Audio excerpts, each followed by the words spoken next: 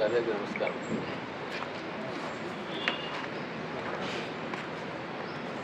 December 7వ తారీఖున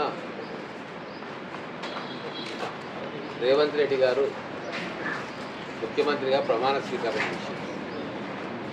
ఆ రోజే ఒక మాట చెప్పిండు, పాలకులం కాదు సేవకులం. క్యాంప్ ఆఫీస్లో కూడా మా బ్యానర్ వెనుక పాలకులం కాదు సేవకులం అని పెట్టుకున్నాం. మా ముఖ్యమంత్రి గారి మాటలకు అనుగుణంగానే ఈ మొదటి సంవత్సరం సేవకులుగానే మేము ఎమ్మెల్యేగా మా కాంగ్రెస్ పార్టీ నాయకులు కార్యకర్తలు ప్రజలకు అందుబాటులో ఉండి సేవ చేసింది. దానికి కొనసాగింపుగా ఈ సంవత్సరం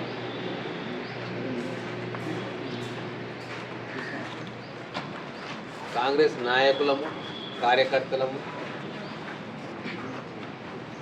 కాంగ్రెస్ పార్టీలో ఉండి పదవులు అనుభవిస్తున్న వాళ్ళు అందరం కూడా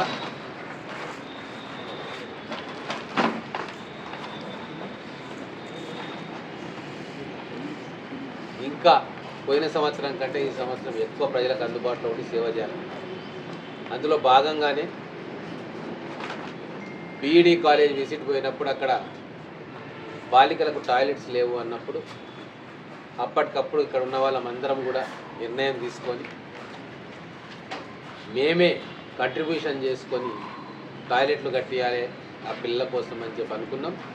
అది ఆల్రెడీ గ్రౌండ్ చేసినాం. ఆ టాయిలెట్ల నిర్మాణం జరుగుతూ ఉంది. అలాగే రామరెడ్డిగూడెంలో ఉన్న సోషల్ వెల్ఫేర్ హాస్టల్కు మా ప్రభుత్వ కార్యక్రమంలో భాగంగా అక్కడికి పోయినప్పుడు 10 సంవత్సరాల నుంచి పరిష్కారం కాని ఒక సమస్య మొత్తం కూడా పొదలతోటి జమ్మితోటి ఆ ప్రాంగణం నిండిపోయింది. అడవి పందులు పాములు అవన్నీ కూడా బయటకు వచ్చి పిల్లల్ని ఇబ్బంది పెడుతుంది. చీకటి కాగానే పిల్లలందరూ గేట్లు బంద్ చేసుకొని కిటికీ తలుపులు మూసుకొని నైట్ టైం ఉండేవారు. ఎవరికి చెప్పినా లాభం లేదు ఈ 10 సంవత్సరాల్లో అని చెప్పి ప్రిన్సిపల్ గారు ఎంతో ఆవేదనతో ఉన్నారంటే అప్పటికప్పుడు నిర్ణయం తీసుకొని మా నాయకులందరితో సంప్రదించి ఈరోజు దాదాపుగా 100 మంది కాంగ్రెస్ నాయకులు కార్యకర్తలతోటి శ్రమదానం చేసినాం. అక్కడ 2 జేసీబీలను పెట్టాము, డోజర్లను పెట్టాము. దాన్ని మొత్తం కూడా క్లీన్ చేసి పిల్లలు ఆడుకోవడానికి ఆట స్థలము, విశాలమైన ప్రాంగణం, తర్వాత ఈ పాములు అడవి పందులు బెడద లేకుండా క్లియర్ చేస్తూ ఉన్నాం. జంగల్ మొత్తం పని నడుస్తూ ఉంది. ఆ చేస్తున్న క్రమంలో మా అందరికి కూడా ఒక ఆలోచన వచ్చింది, ఇది ఒక్క రోజుతో దీన్ని సరిపెట్టుకోవద్దు. ప్రతి ఆదివారం కూడా మేము మా కార్యకర్తలము ఇంకెవరైనా పట్టణంలో నుంచి ఏమైనా సిటిజన్స్ కూడా మాకు తోడైతే శ్రమదానం చేయాలని నిర్ణయించుకున్నాం. ప్రతి ఆదివారం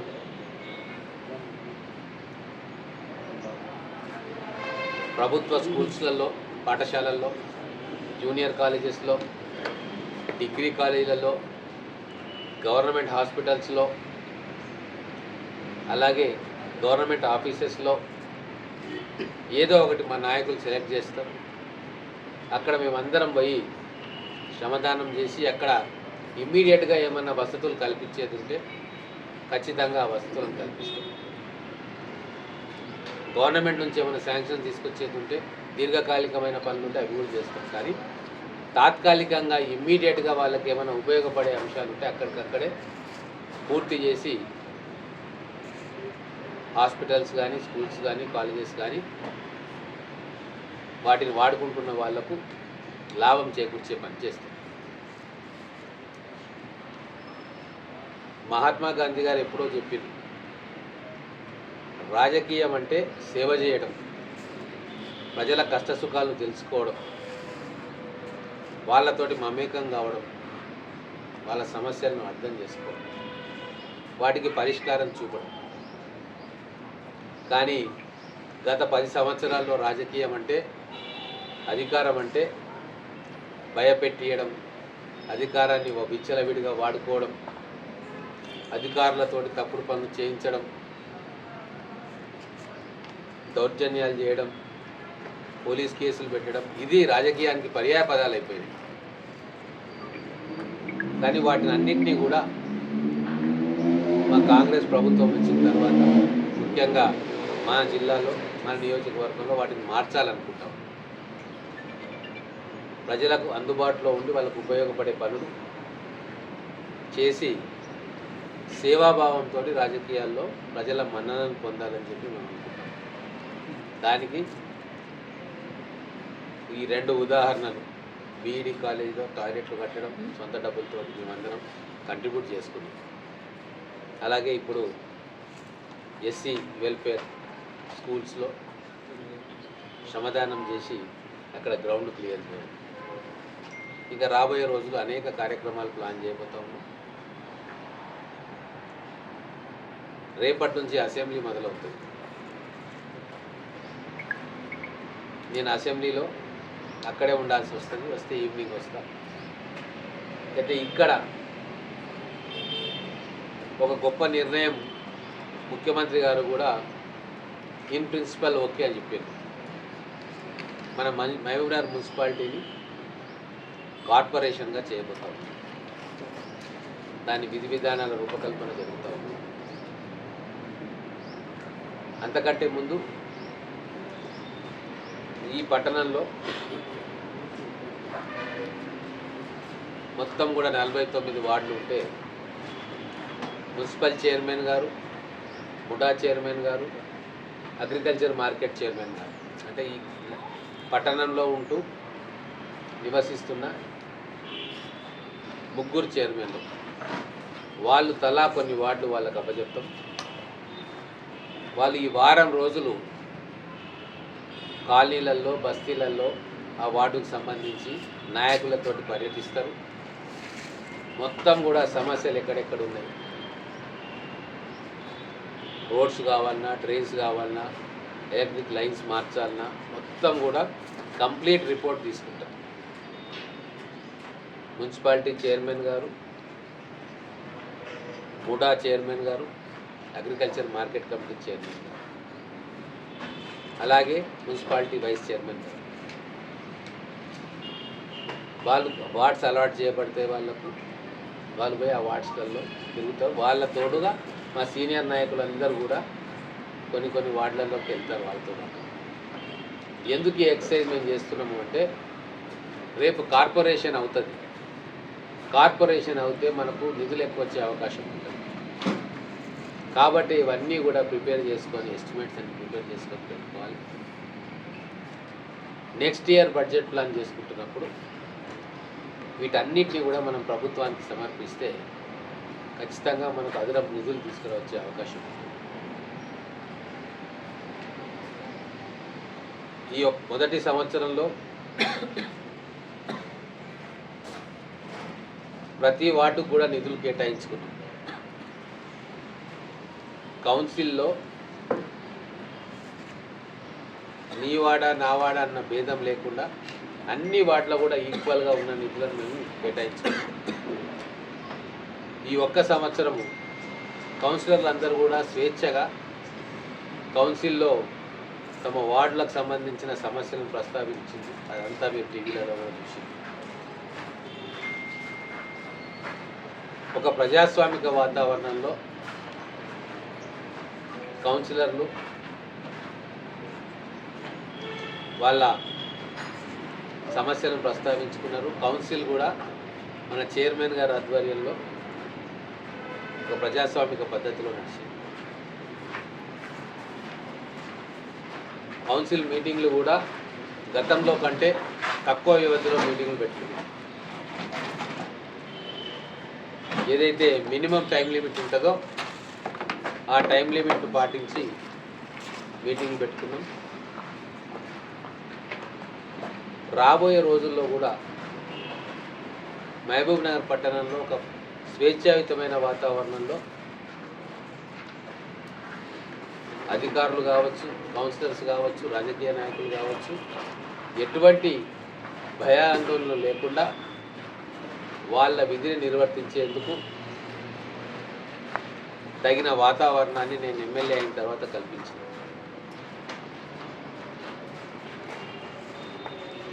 రేపు కార్పొరేషన్ కూడా మహబూబ్ నగర్ పట్టణ గౌరవాన్ని పెంచేందుకు మనకంటే చిన్న పట్టణాలు కూడా కార్పొరేషన్స్ అయినాయి గతంలో.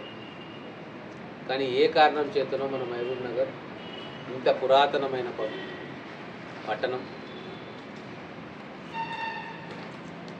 డిస్ట్రిక్ట్ హెడ్ క్వార్టర్, గతంలో ఉమ్మడి ఆంధ్రప్రదేశ్లోనే పెద్ద జిల్లా, అతిపెద్ద జిల్లా అనంతపురం తర్వాత మహబూబ్ నగర్. ఇంత విశిష్టమైన చరిత్ర కలిగిన మహబూబ్ నగర్కు కార్పొరేషన్ హోదా దక్కలేదు. కానీ నేను వచ్చిన తర్వాత పట్టణంలోని చాలామందితో మాట్లాడినా, ఉండాలే కార్పొరేషన్, మన గౌరవం, మహబూబ్ నగర్ గౌరవం పెరుగుతుంది అని చెప్పి అందరూ అభిప్రాయపడ్డారు. ఈ విషయాన్ని గౌరవ ముఖ్యమంత్రి గారికి కూడా తెలియజేసిన, అధికారులకు తెలియజేసిన, ముఖ్యమంత్రి గారు ఒప్పుకున్నారు. త్వరలోనే కార్పొరేషన్ గురించి ప్రకటిస్తారు. వాళ్ళు అధికారికంగా కార్పొరేషన్ వైశాల్యం ఎంత ఉండాలి ఏంటి అనేది అధికారులు చెప్తారు. కానీ ఒక్కటి మాత్రం, కార్పొరేషన్ అయిన తర్వాత మన మహబూబ్ నగర్ కేటాయించే బడ్జెట్లో ఖచ్చితంగా గతంలో కంటే ఎక్కువ బడ్జెట్ మన మహబూబ్ నగర్ కేటాయించుకుంటాం. కేంద్ర ప్రభుత్వం నుంచి కూడా మహబూబ్ నగర్కు రావాల్సిన నిధులు రెట్టింపు సంఖ్యలో నిధులను తీసుకొచ్చే అవకాశం ఉంటుంది. దాని మీద కేంద్రంలో ఉన్న బీజేపీ నాయకత్వంతో కూడా సంప్రదిస్తాం. ఇక్కడ ఎంపీ గారు బీజేపీ పార్టీకి చెందిన వ్యక్తి, వారి సహకారం కూడా తీసుకొని ఖచ్చితంగా ఈ రాబోయే 4 సంవత్సరాల్లో చాలా పెద్ద ఎత్తున నిధులు సమీకరించి మహబూబ్ నగర్ని క్లీన్ అండ్ గ్రీన్ సిటీగా ఖచ్చితంగా మారుస్తాం. మాటలు చెప్పడం కాదు, చేతల్లో చూపించాలని చెప్పి మేము అనుకుంటా ఉన్నాం. గౌరవ ముఖ్యమంత్రి రేవంత్ రెడ్డి గారు కూడా మహబూబ్ నగర్ అన్ని రంగాల్లో ముందుండాలి ఈ పట్టణం అని చెప్పి వారు కూడా కోరుకుంటూ ఉంటారు. ఖచ్చితంగా మన కళ రాబోయే 3-4 సంవత్సరాల్లో సాకారం కావాలి. నిన్న కౌన్సిల్లో కొందరు కౌన్సిలర్ మా వార్డులకు నిధులు కేటాయించట్లేదని చెప్పి కౌన్సిలర్ గారితో మాట్లాడి ఏ అంశంలో వాళ్ళకి అసంతృప్తి ఉందో అది మాట్లాడి వారి అసంతృప్తిని పారదోలేదు. సార్, రేపు అసెంబ్లీ సమావేశాలు నడుస్తున్నాయి.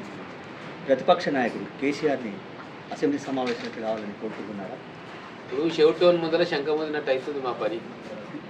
రారా నాయన అయ్యా అమ్మ అని చెప్పి దండం పెడతా ఉన్నాం. చిన్నపిల్లలు స్కూల్కి పోకుంటే ఊరికే పేరెంట్స్ అంతా తీసుకుపోతారు కదా, అట్లా బలవంతంగా ప్రజలందరూ కలిసి అసెంబ్లీలో కూర్చోబెట్టాల్సి వస్తుంది కేసీఆర్. చాలా సిగ్గేస్తూ ఉంది. అడుక్కోవడం ఏంద్రా నాయన, అసెంబ్లీకి రారా అని. నీ బాధ్యత, జీతం తీసుకుంటున్నావు, ఇంకేమది వాళ్ళకే తెలవాలి. ఓరియంటేషన్ క్లాస్ కూడా బీఆర్ఎస్ బైకాట్ చేసింది. దానిపైన అంటే బైకాట్ చేసింది కాబట్టి ఇట్లా అసెంబ్లీ కూడా ఏంది ఇది? ఇప్పుడు వాళ్ళు ఎట్లా ఆలోచిస్తారో మాకు అర్థం కావట్లేదు. అందుకే నేను కూడా చెప్పిన, బీఆర్ఎస్ ఎమ్మెల్యే శాసనసభ్యులు కొంతమంది మొదటిసారి ఎంపికైంది. వాళ్ళు అధికార పక్షం నుంచి ప్రతిపక్షానికి పోయింది. సో అధికార పక్షాల సభ్యులు ఒక తీరుగా వ్యవహరిస్తారు, ప్రతిపక్షంలో ఒక తీరుగా వ్యవహరిస్తారు. ఇంకా నాలెడ్జ్ ఎక్కువ ఉండాల్సిన అవసరం ఉంది ప్రతిపక్షంలో. అవి నేర్పిస్తాము, అధ్యయన తరగతులు పెడతామంటే బైకాట్ చేపిస్తే ఏమనాలి? అందుకే ఈరోజు ప్రతిపక్ష స్థానంలో బీఆర్ఎస్ పార్టీ విఫలమైపోయింది అన్ని రంగాల్లో. ఒకవేళ మేము ఏదైనా పొరపాటు చేస్తే అది ఎత్తి చూపాల్సిన బాధ్యత, సూచనలు ఇవ్వాల్సిన బాధ్యత, ప్రతిపక్షంలో శాసనసభలో చర్చ పెట్టాల్సిన బాధ్యత ప్రతిపక్షానికి ఉంటుంది. కానీ వాళ్ళ తప్పులను మేము ఎక్కడ బయట పెడతామో, గతంలో 10 ఏళ్ల పరిపాలనలో వాళ్ళు చేసిన అవకతవకలు మేము ఎక్కడ బయట పెడతామన్న భయంతో వాళ్ళు సభలకే రాకుండా పోతా ఉన్నారు. ముఖ్యంగా ప్రతిపక్ష నాయకుడు కేసీఆర్ గారు సభలోకి వస్తే గౌరవ ముఖ్యమంత్రి గారు లేకుంటే గౌరవ మంత్రులు గతంలో చేసిన పరిపాలనలోని లోపాలు కానీ వారు చేసిన పనుల మీద స్టాటిస్టిక్స్తో సహా తెలంగాణ ప్రజల ముందు పెడతారేమో అన్న భయం కూడా కావచ్చు.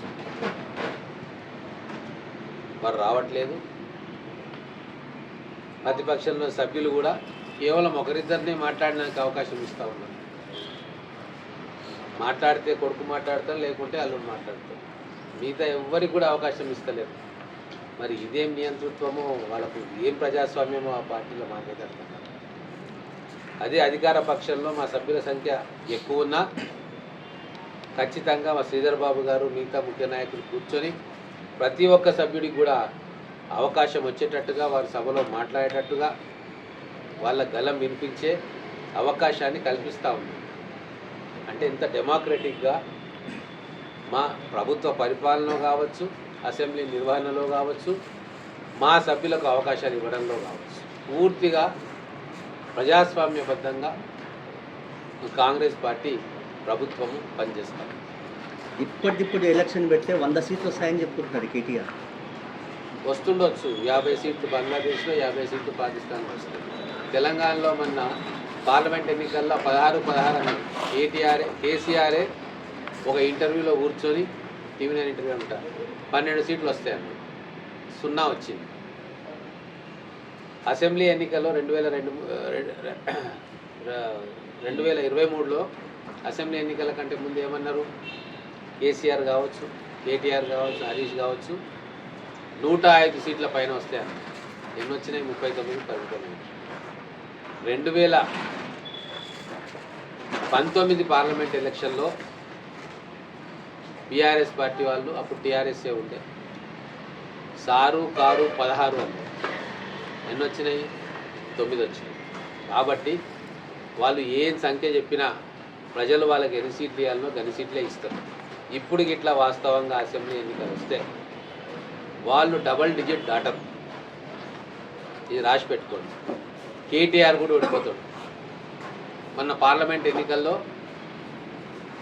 కేటీఆర్ అసెంబ్లీ సిరిసిల్లలో బ్రహ్మాండమైన మెజారిటీ బీజేపీకి వచ్చింది. సెకండ్ ప్లేస్కి వచ్చింది కేటీఆర్. రేపు అసెంబ్లీలో అయితే కేటీఆర్ ఖచ్చితంగా ఓడిపోతాడు సిరిసిల్లలో. హరీష్ కూడా అప్పుడు 60-70 వేలతోటి గెలిచుండొచ్చు. ఇప్పుడు మళ్ళీ ఎలక్షన్ పెడితే ఓడిపోతాడు 4-5 వేలతోటి, లేదా 2-3 వేలతోటి గెలవగలుగుతాడు. అంటే అంత డ్రాస్టిక్ చేంజ్ వచ్చింది వాళ్ళ నియోజకవర్గాల్లో. గజ్వేల్లో అయితే కేసీఆర్కు డిపాజిట్ కూడా రాదు. ఇంత దారుణమైన పరిస్థితి బీఆర్ఎస్ పార్టీకి ఉంది ఇప్పుడు తెలంగాణలో. ఓకే.